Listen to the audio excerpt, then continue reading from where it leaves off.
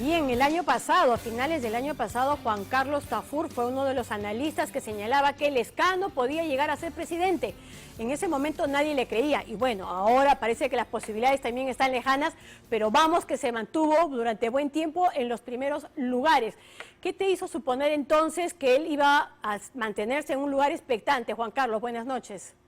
Buenas noches, Rosana. Yo creo que en general las encuestas últimamente están ya reflejando indicadores que nos deberían permitir avisorar la aparición de candidatos disruptivos. Cuando empiezan a crecer en provincias, sobre todo en el sur andino, inmediatamente aparecen con fuerza. Y se sabía en general que esta elección era una elección propicia para la aparición de disruptivos. Vivimos la tormenta perfecta de crisis política, crisis económica, crisis social, crisis sanitaria. O sea, era imposible que no apareciese un disruptivo. Lo fue Lescano en algún momento, lo fue López Aliaga en otro momento, y finalmente ha terminado siendo Castillo. Pero si la elección fuese de acá a 2 semanas o 3 semanas, de repente ya no era Castillo, sino otro. O sea, en general, la situación estaba dada para la aparición de algún disruptivo en el escenario, y lamentablemente es Pedro Castillo, porque hay que decirlo con todas sus letras. Yo creo que es una mala noticia para la democracia, para la libertad económica y la viabilidad del Perú, que haya siquiera alguna posibilidad remota de que el señor Pedro Castillo ocupe la presidencia ganando la segunda vuelta, ¿no? Así es, pero además también es poco probable, como conversábamos aquí hace unos momentos, de que ya cuando estás en segunda vuelta dicen el discurso cambia. Pero en el caso de Castillo veo muy difícil que ese discurso pueda caminar hacia el centro. Yo siento que en el caso suyo, esto del polo rojo y polo blanco no lo veo muy viable. ¿Tú lo sientes así? Así es.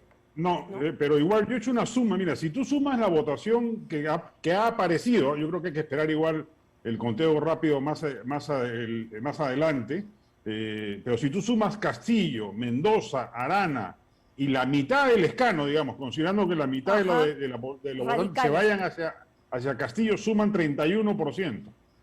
En la derecha, si tú sumas de Soto, Keiko, la mitad del Lescano, que supuestamente se va para la derecha, y López Aliaga, suman 37%, o sea, ganaría la derecha. Pero igual va a ser una elección bien disputada, dependiendo contra quién pase. Si pasa contra Keiko, el antivoto de Keiko va a pesar. Si pasa contra De Soto, la figura del cholo pobre campesino versus el blanco pituco señorón de Lima se va a activar. Y yo a De Soto no le veo los reflejos políticos para poder enfrentar un escenario de disputa de segunda vuelta con Castillo. Va a tener que asesorarse con alguien que lo haga corregir la cantidad de dislates y errores que ha cometido con fruición en esta campaña. Keiko me parece mejor equipada, porque si bien hay antifujimorismo, el antisenderismo también se va a activar. Así es. En esta campaña con el tema de Castillo y su clara cercanía con Sute Conare, con el Movadef, y la presencia de algunos candidatos suyos al Congreso claramente simpatizantes de Sendero Luminoso. Él ha pasado piola en esta campaña porque la gente se fue contra Verónica Mendoza y se fue contra López Aliaga, y Keiko y Castillo pasaron piola los dos. Así es. No, claro, y por la Huacha apareció Pedro Castillo y ya simplemente está ya fijo para esta segunda vuelta. Pero ¿a qué atribuyes tú precisamente este tema de que las encuestas nunca terminen detectándolos? Ya en todo caso lo hacen cuando ya estamos en la etapa final y cuando ya esta tendencia, como tú bien señalas, es casi aluvional. Porque creo que en verdad aparecen al final. O sea, yo no creo que Castillo hace un mes hubiese tenido 16% y que las encuestas no lo hayan detectado. Yo creo que hace un mes Castillo efectivamente estaba en 1%, en 0.5%. Pero ahí se han activado varios fenómenos. Primero, la existencia de una izquierda radical que existe en el Perú, está medida en todas las encuestas, tiene un 5 o 7% de intención de voto, y a eso se han sumado los liderazgos subregionales que Castillo ha logrado galvanizar en el sur andino, con Adubiri, Cáceres y Yigya, en el centro con Vladimir Cerrón y en Cajamarca con él mismo. Y esos liderazgos subregionales son claramente antilimeños, anticentralistas y anti-establishment. Todo ese conglomerado de alguna manera explica la votación de Castillo, que sin embargo tampoco es muy alta que digamos. ¿Ah? Así o sea, es, así es. en una elección 16% normal, no es gran cosa tampoco, pero para este caso normal, sí. exacto, en una elección normal Castillo quedaba tercero o cuarto y nadie se hubiese sorprendido ni alarmado o sea, hay sociólogos que dicen el Perú profundo se ha manifestado. Por favor, el Perú profundo no es el 16%, el Perú profundo es el 40-50% del país y eso no se ve en la votación detrás de Castillo. Entonces es un candidato ganable, pero tiene que haber una estrategia inteligente de parte de la derecha para poder derrotarlo. Sea Keiko, o sea De Soto, o sea López Aliaga, no hay que descartarlo todavía, el margen de error es 3%, la encuesta no lo pone en quinto lugar, pero esperemos a las 11 de la noche o a la 1, según ha dicho Alfredo Torres, para tener una cifra mucho más precisa. Así pero en general va a ser una segunda vuelta muy disputada. Claro. Tú hace unos días pediste a través de tu columna que Rafael López Aliaga se retirara de la contienda. ¿Por qué lo hiciste? Sí, porque yo creía y creo y creo que las encuestas me dan la razón que era un voto perdido de la derecha. Y yo creo que era necesario evitar el escenario de una segunda vuelta entre Castillo y Lezcano, que hubiera descartado por completo una opción de derecha que personalmente yo creo que es prioritaria en el Perú. Como he escrito en mi columna de hoy, yo creo que es urgente y mi primer filtro a la hora de votar ha sido quién defiende la profundización del modelo económico. Una segunda vuelta de Castillo con Lezcano hubiera sido fatal para esa perspectiva. Y en esa medida sostenía que la salida de López Aliaga hubiese fortalecido a Keiko y a De Soto. Al final yo creo que sí se ha producido un pequeño trasvase de votantes de López Aliaga que han visto, de acuerdo a las encuestas anteriores, últimas, que no tenía posibilidades de pasar a la segunda vuelta y han migrado hacia De Soto, básicamente, que es quien ha crecido, ha empatado a Keiko porque en la última no aparecía De Soto sino tercero.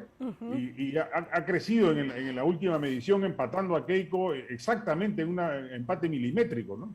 Así es, pero tú hablas de mantener el modelo económico, pero también es cierto que mucho de esto que se ve reflejado en los votos hacia Castillo o que en todo caso a Verónica Mendoza o el mismo Lezcano tienen que ver precisamente con el modelo económico. Hay un sector que no es tampoco poca cosa que sí está pidiendo, en todo caso no cambiarlo completamente, pero que sí requiere ajustes. Hay un sector que no se ha beneficiado del modelo, pero hay que saber también ser justos. Hemos tenido gobernantes mediocres, fundamentalmente en la transición post-Fujimori, y además corruptos. Y a pesar de eso, hemos crecido lo suficiente como para disminuir la pobreza, como pocos países lo han hecho en el mundo, y disminuir también la desigualdad. Ojo, pero claramente quedan bolsones excéntricos a ese crecimiento. Y además hay una tarea institucional que ha sido abandonada en los últimos 30 años, como es el trabajo de la salud pública, la educación pública, la seguridad y la justicia, que afectan sobre todo a los más pobres. Hay 300.000 personas que al día visitan un centro médico estatal y reciben un trato indigno, anticiudadano, generan disidentes del establishment. Y eso nadie lo ha tomado en cuenta y lo han dejado abandonado, y yo creo que eso explica de alguna manera la subsistencia de estos bolsones disidentes que en esta elección se han expresado, sobre todo con Castillo y en alguna medida también con Verónica Mendoza. Ahora, ¿descartas por completo a Johnny Lezcano? Las cifras entre Johnny Lezcano y tanto Keiko como De Soto es pues mucho más cercana de la de López Aliaga. O sea, ¿sientes que todavía Sí. para él hay una posibilidad o su tendencia que ya venía a la baja sí lo sacaría de esta carrera? No, todavía tiene posibilidades. Yo diría que yo creo que Castillo ya pasó. O sea, el margen de error sí, él está fijo lo pone de todas maneras en la segunda vuelta, pero creo que el segundo lugar está disputado entre Keiko, De Soto, Lezcano y López Aliaga inclusive.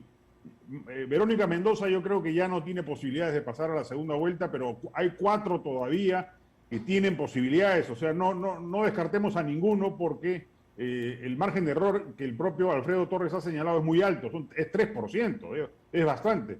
Uno cae 3 y otro sube 3, son 6 puntos que están en juego, entonces no hay plena certeza. Así es. Ahora, en el caso de Keiko Fujimori, tú señalabas que el antivoto de ella es muy fuerte ante la posibilidad de un escenario de segunda vuelta. Sin embargo, al tratarse de Pedro Castillo, precisamente, donde también hay un antisendero fuerte, ¿le ves alguna posibilidad? Sí, yo sí le veo posibilidad. Keiko para mí es la que mejor estrategia ha desplegado en esta campaña. Ha sido una campaña inteligente.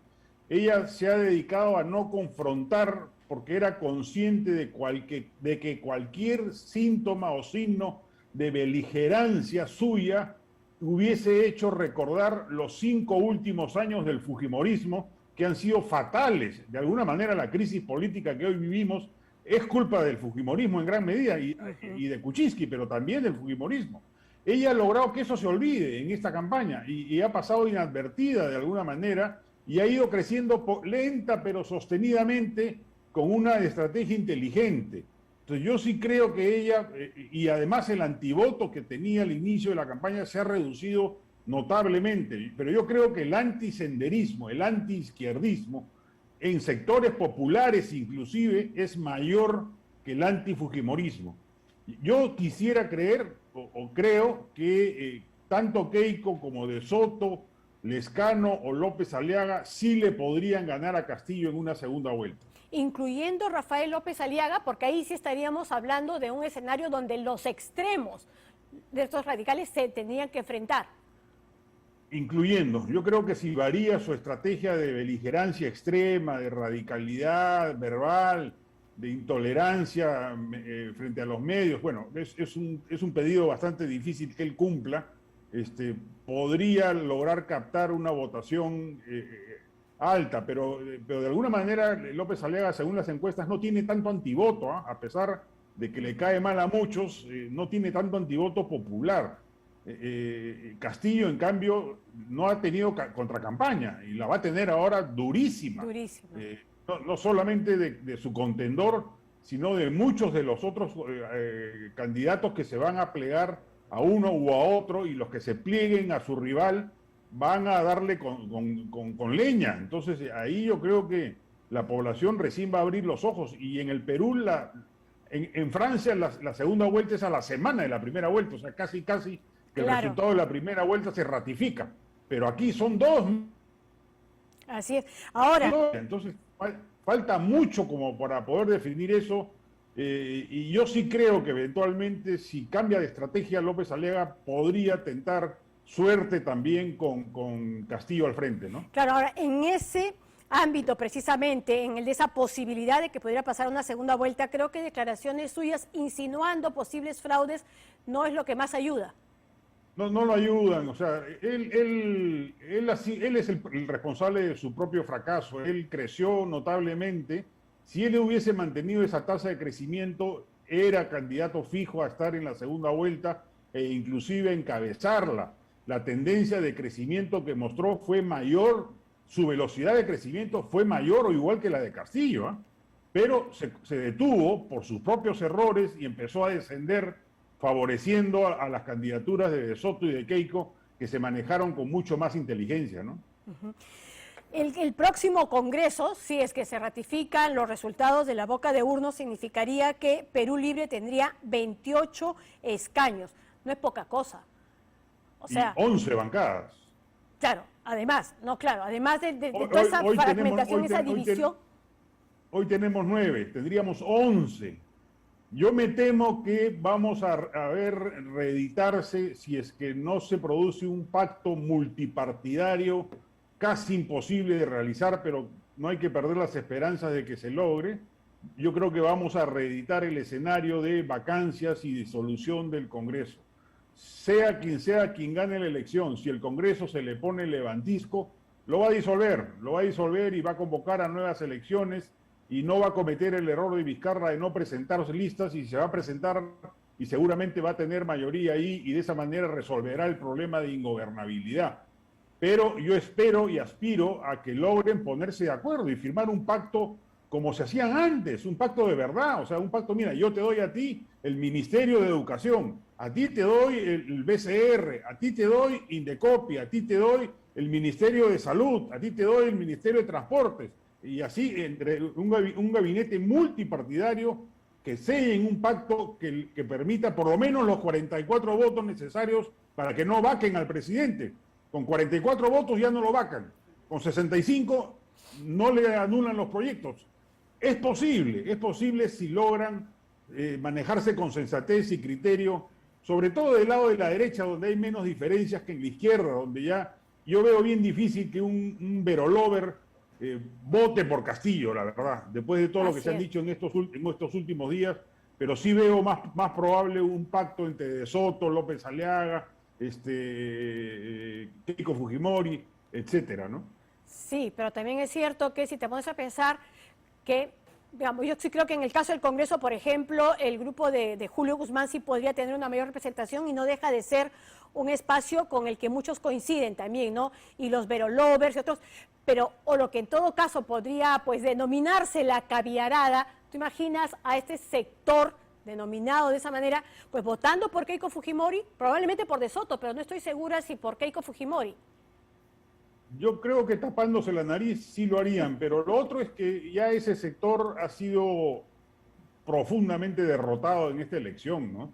Sí. O sea, yo creo que sus candidatos han caído en desgracia, ¿no?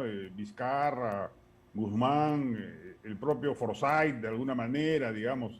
El centro caviar, por llamarlo así, ha sido derrotado, ¿no? Entonces no va a tener mayor capacidad de influencia o decisión. El voto duro está polarizado, izquierda o derecha. Y ahí creo que se va a definir la segunda vuelta. En la segunda vuelta se trata de conquistar el centro, pero el centro es minúsculo, es un pigmeo. Entonces yo creo que va a ser una elección bien polarizada. Ahora, ¿cómo entender? Porque justamente hablando de ese tema, ¿no? Entonces, Acción Popular ha tenido pues un lugar importante en esta elección, cuando se supone que tendrían que ser pues los más odiados si uno se queda con el referente de la marcha del Bicentenario, de los jóvenes del Bicentenario. ¿Cómo interpretar esa contradicción? Primero, yo creo que hay que evaluar en su justa medida la generación del Bicentenario. Yo no creo que sea, pues, la representación plena de la juventud peruana, en primer lugar. Y en segundo lugar, yo creo que Acción Popular tiene la ventaja política de tener 100 rostros políticos posibles y los cambia de acuerdo a la ocasión y en esa medida consigue la votación que logra obtener. Es una marca reconocida. O sea, Lescano no es lo mismo que Barnechea, no es lo mismo que Raúl Díaz Canseco, no es lo mismo que Mesías Guevara, y menos en esta Merino. ocasión, o Merino, digamos, ¿no? Y en esta ocasión Lescano ha sabido distanciarse de todo ese pasado reciente. O sea, Lescano ha hecho con Acción Popular lo mismo que Keiko ha hecho con el fujimorismo de los últimos 5 años. Se ha desprendido de esa imagen adversa y ha logrado prosperar en los resultados finales de la elección, ¿no? Así es. Bien, Juan Carlos, te agradezco mucho siempre, además la claridad con la que describes precisamente todas tus reflexiones. Muchísimas gracias por habernos acompañado esta noche.